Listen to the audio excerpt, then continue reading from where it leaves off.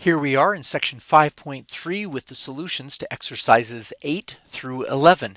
Grouping was where we chop it in half right here and then pull the greatest common factor out of the first and the last groups.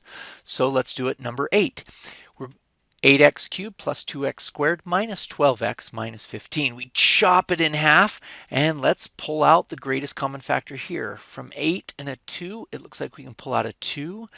X cubed and an x squared, it looks like we can pull out an x squared, and we're left with 4x plus 1. Okay, good. Here we have a negative 12x and a negative 15. What can we pull out of there?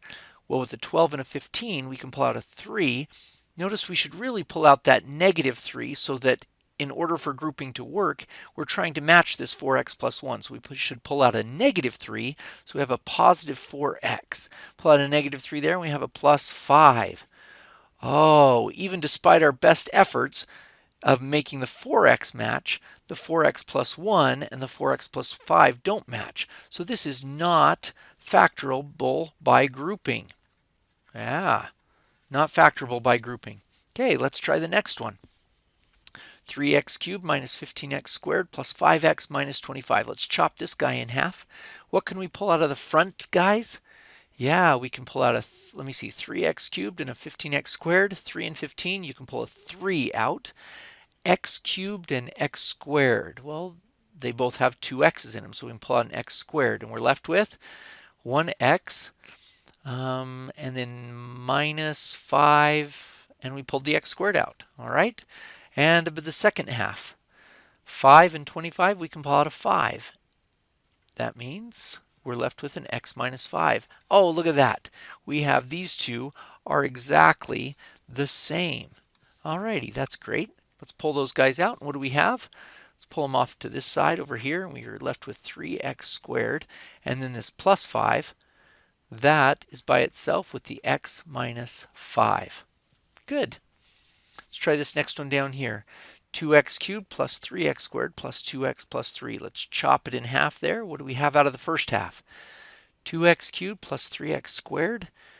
We can pull out an x squared out of both of them. And we're left with a 2x plus a 3. Okay, what about this? Hey, look, there it is, 2x plus 3. When you look at it, there isn't anything that is the same, which means the most you could pull out is a 1. Some people will just put that in parentheses like that and write it out, like a 2x plus 3. Others, to help them identify, hey, there's a 1 here. We'll say we did take out a 1, which you can take out of everything. And then you can pull out a 2x plus 3 that's the same in both locations now. 2x plus 3, parentheses, x squared plus 1. Now, could we have written this the other way around? Sure you can. Multiplication can happen in any order. So it could have been written x squared plus 1, 2x plus 3. Okay, the last one. X cubed plus x squared minus x minus 1. Let's take that out right there. And in the first half, we can pull out an x squared. All right, if we pull out an x squared, we're left with an x plus 1. And ooh, we can't really do this. Kind of similar to number 10. We're going to pull out a 1, but notice we've got to pull out this minus sign in order to make what's left in here an x.